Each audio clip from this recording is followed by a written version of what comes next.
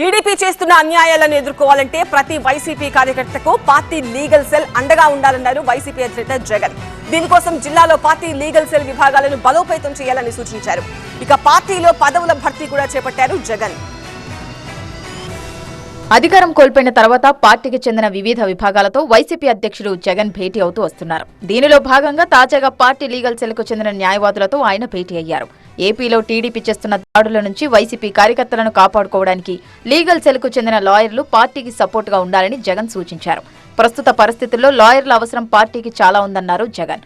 Party కేడర్ను కాపాడుకోవడంలో మీ పాత్ర చాలా ఉందంటూ అడ్వకేట్లను ఉద్దేశించి ఆయన మాట్లాడారు. అందరం ఒకతాటిపైకి వచ్చి గట్టిగా యుద్ధం చేస్తేనే టీడీపీ చేస్తున్న అన్యాయాలను ఎత్తిచూపగలుగుతాం, ప్రజల్లోకి తీసుకువెళ్లగలుగుతామన్నారు జగన్. ప్రతి నియోజకవర్గంలో కార్యకర్తలకు అండగా ఉండడానికి జిల్లాలో లీగల్ సెల్స్ ని బలోపేతం చేయాలన్నారు.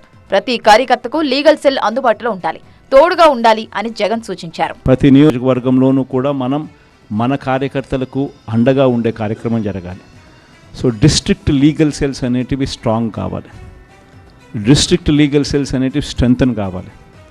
స్ట్రెంగ్తన్ అయితేనే మన ప్రతి కార్యకర్తకు అండగా నిలబడగలుగుతాం. జిల్లాను ఒక యూనిట్గా తీసుకుని ఆ జిల్లాలో లీగల్ సెల్ ఎలా ఉంది, ప్రతి కార్యకర్తకు ప్రతి నియోజకవర్గంలోనూ ఈ లీగల్ సెల్ అందుబాటులో ఉండడము ఒక ఆస్పెక్టు. రెండో ఆస్పెక్టు తోడుగా ఉండడము.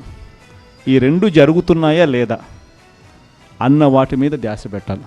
మరోవైపు వైసీపీలో పదవుల భర్తీ ప్రక్రియ జరిగింది. పార్టీ ప్రధాన కార్యదర్శులుగా గడికోట, వేంపల్లి, చెవిరెడ్డిని నియమించారు. యువజన విభాగం అధ్యక్షుడిగా జక్కంపూడి రాజా నియమితులయ్యారు. బీసీ సెల్ అధ్యక్షుడిగా MLC Ramesh Yadav, SC cell అధ్యక్షుడిగా టీజేఆర్ సుధాకర్ బాబు, చేనేత విభాగం అధ్యక్షుడిగా గంజి చిరంజీవి నియామకం జరిగింది. విద్యార్థి విభాగం అధ్యక్షుడిగా పానుగంటి భరత్, ఏలూరు జిల్లా అధ్యక్షుడిగా దూలం నాగేశ్వరరావుని నియమించారు.